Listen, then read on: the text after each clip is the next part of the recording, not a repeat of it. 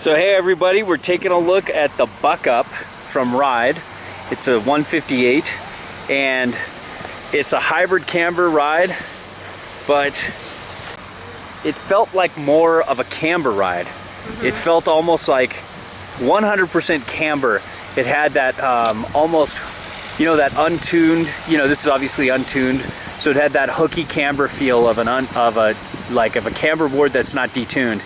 And it was kind of fun, you know. It's got much more of an old school ride.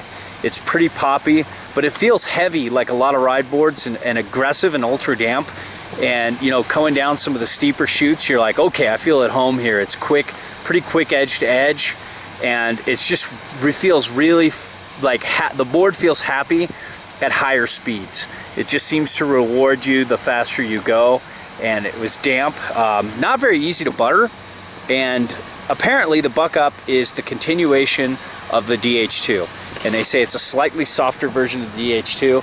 It felt just like the DH2. It's been about a year since we rode the DH2, so can't say for sure. So if they say it's a little softer, they'll know better. And it's still a very aggressive all-mountain freestyle ride with some pretty good edge hold. The edge hold seemed better than last year's DH2. It seems like it has a grip that's borderline great, you know, between good, like the high end of good, the low end of great. We hit some hard snowman patches and it seemed to hold pretty well.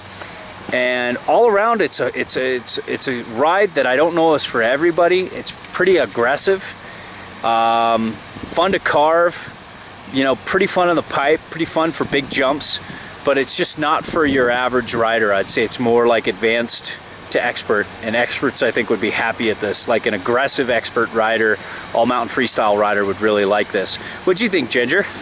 Well, I just took this down a little gully and I really liked it. It was really responsive and I could just make turns and make sure that I was going to hold that edge really well. Yeah, and it really, like you said, it worked way better when I was going for it at high speeds. Yeah, it seemed to get cranky at slow speeds. Definitely. Peter? I concur. Is that all you have to say? I concur. Okay, Peter concurs. So let's go.